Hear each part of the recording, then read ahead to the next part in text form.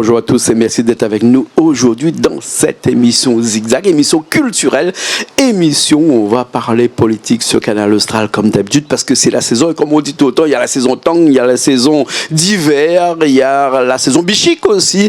Ben là, nous sommes en saison politique, oui, nous sommes dans une saison où on parle un petit peu plus politique que d'habitude, normal. Il y a les législatives 2026 qui arrivent à grands pas en mars 2026 et pour ça, on a des candidats et des candidates qui vont et viennent sur ce plateau ici même à Bassin-la-Bouche et Canal Austral. Aujourd'hui, j'ai le plaisir d'avoir avec moi Jean-Gaël Anda Sita. Comment ça va, Jean-Gaël? Léla, doucement. Il apporte juste une petite précision. Oui. Pour les municipales de 2026. Bah, dis quoi, moi là? Législatives. Élection municipale, mars 2026, le 15 mars 2026. Et ici, Baudier n'a pitié.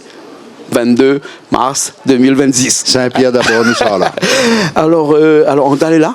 Toujours là avec son équipe. Ouais. Saint-Pierre d'abord, bien sûr, ça c'est le slogan. Très important, Saint-Pierre d'abord. Ou les, comme on dirait, un vieux de la vieille, c'est-à-dire que vous l'avez démarré depuis 2014, avec les premiers municipales, 2020 ensuite, 2026 c'est la bonne?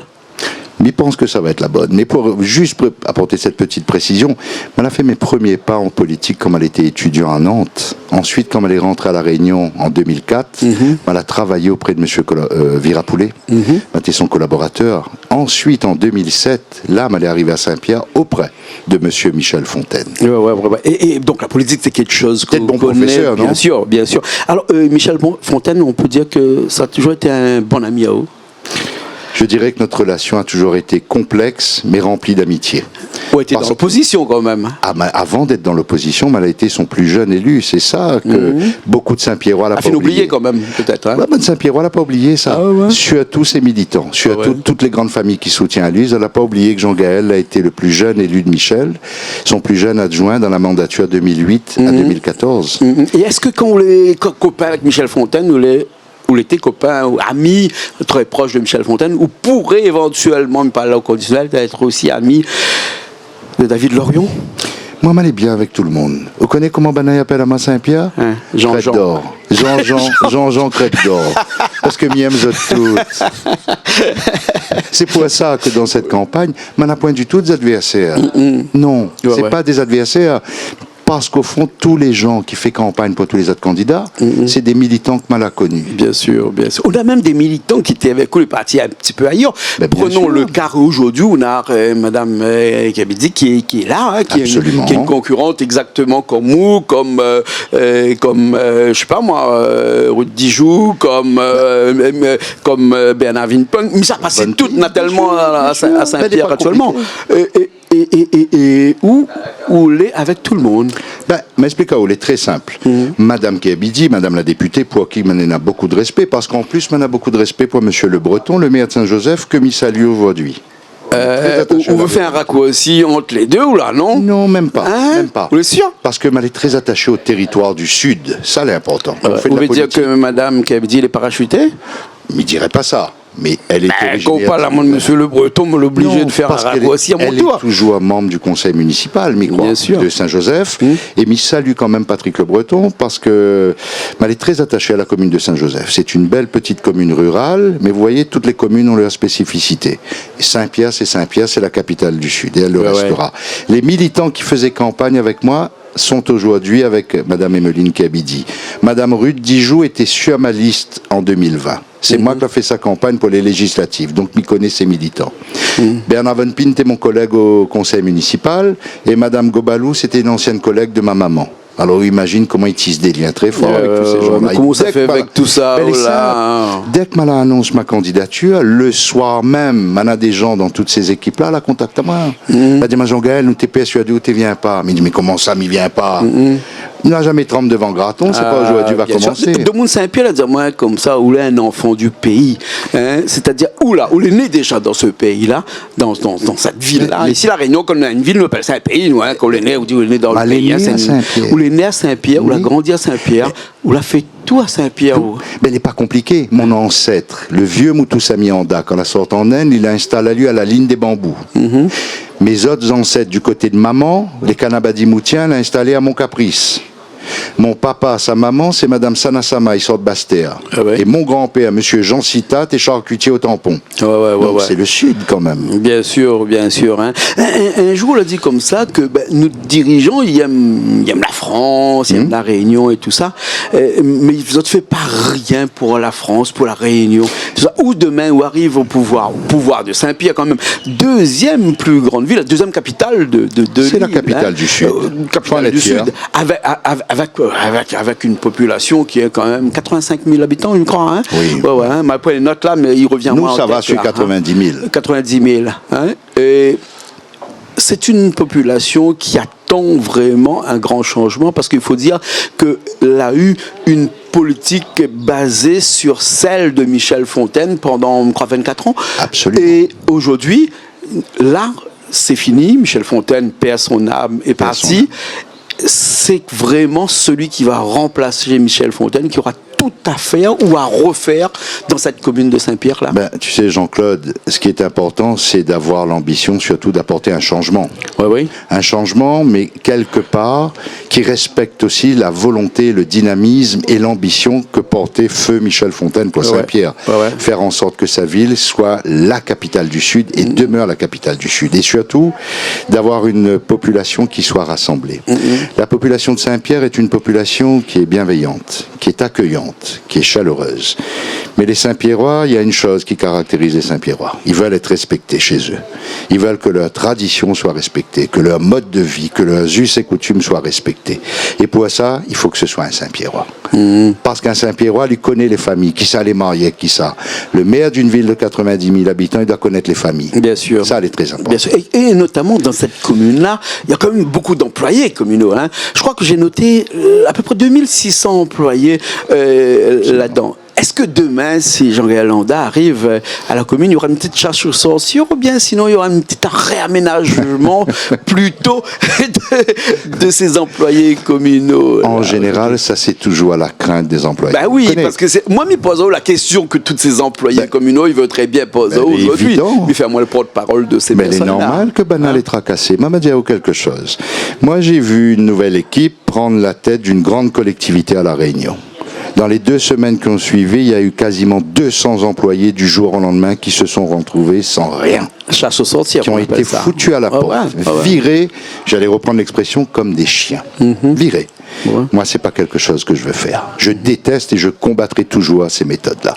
Parce que vous connaissez, il y a une famille là, où on ne regarde pas s'il est à droite, il est à gauche, c'est une maman qu'elle a besoin de faire bouillir sa marmite. Ça, c'est la réalité des gens, ça, c'est la réalité des employés de la fonction publique territoriale. Bien sûr. Hein? Et les gens ont le droit de retrouver cette liberté de conscience, cette liberté d'opinion. En un mot, la liberté élémentaire et fondamentale qui appartient à chaque citoyen et à chaque citoyenne. Bien sûr, bien sûr. Il y a des agriculteurs à Saint-Pierre. Beaucoup. Saint-Pierre, à la Titi. Je crois qu'on est assez proche de ces agriculteurs. Moi-même, elle est agriculteur. Donc, bien sûr. il comprend aujourd'hui l'inquiétude des agriculteurs. Mais d'une manière générale, ça dépasse largement le cadre réunionnais. Lorsque je vois aujourd'hui le scandale du Mercosur, qui est signé dans le dos des agriculteurs français, c'est la mise à mort de l'agriculture française. On aurait aimé voir beaucoup plus de politiques réagir par rapport à ça. Le Mercosur est loin, peut-être c'est de l'autre côté là-bas, mais il impacte à nous quand même le Mercosur. Il aura forcément un impact sur nous, parce que nous veut, que nous veut pas. Là. Parce que nous ne consommons pas ces pays, quoi. Déjà, il faudrait consommer pays.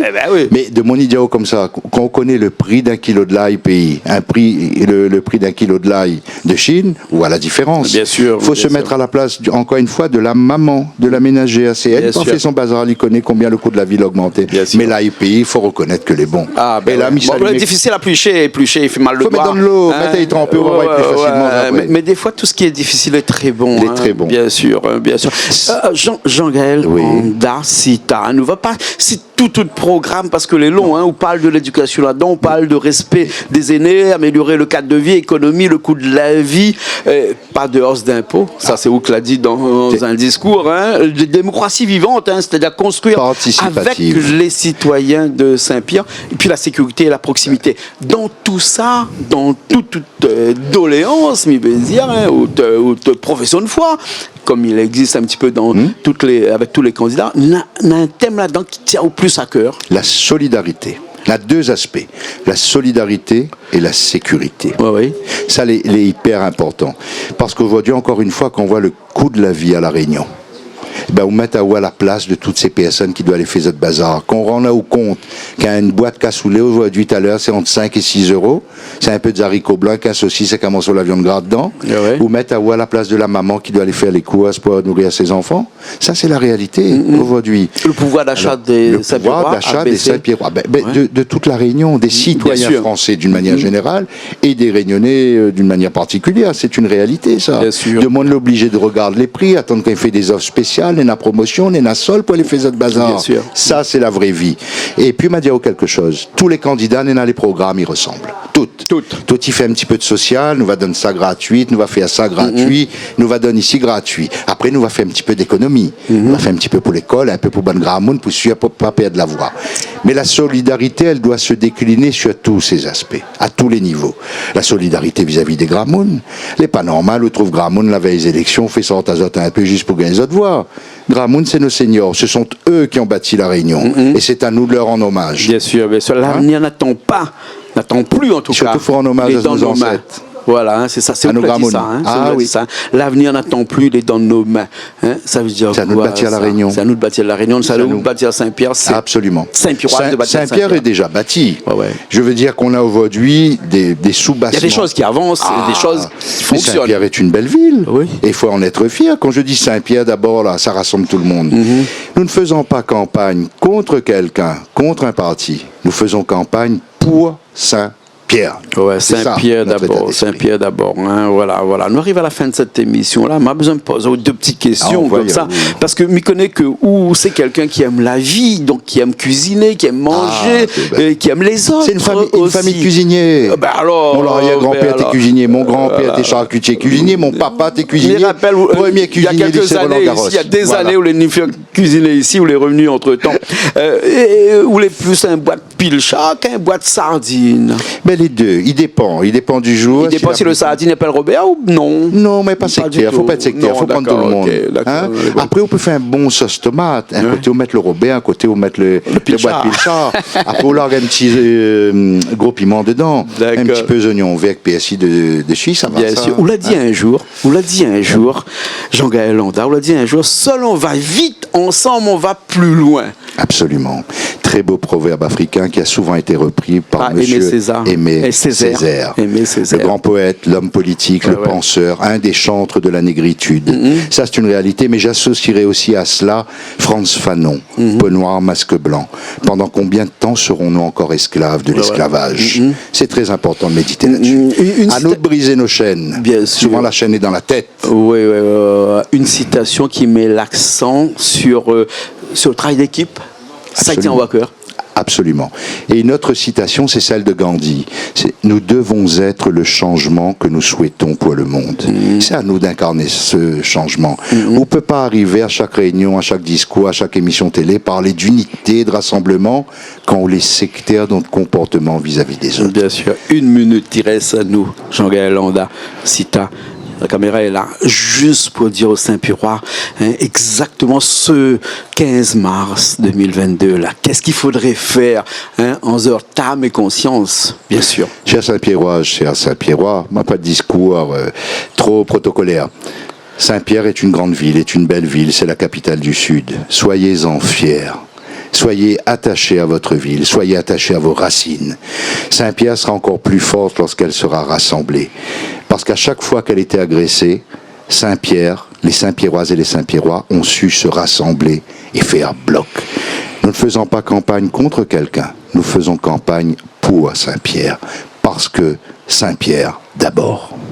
Merci Jean-Gaël Landa, Cita.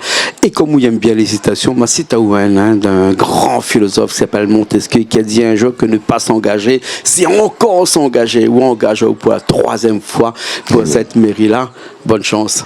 Merci beaucoup Jean-Claude. Merci beaucoup Jean-Gaël Landa. Merci à Richard qui était à la technique avec nous. Nous on se retrouve la prochaine fois, la semaine prochaine, toujours dans d'autres émissions. Merci beaucoup. Merci à toi. Allez, à bientôt. Merci à toute ton équipe.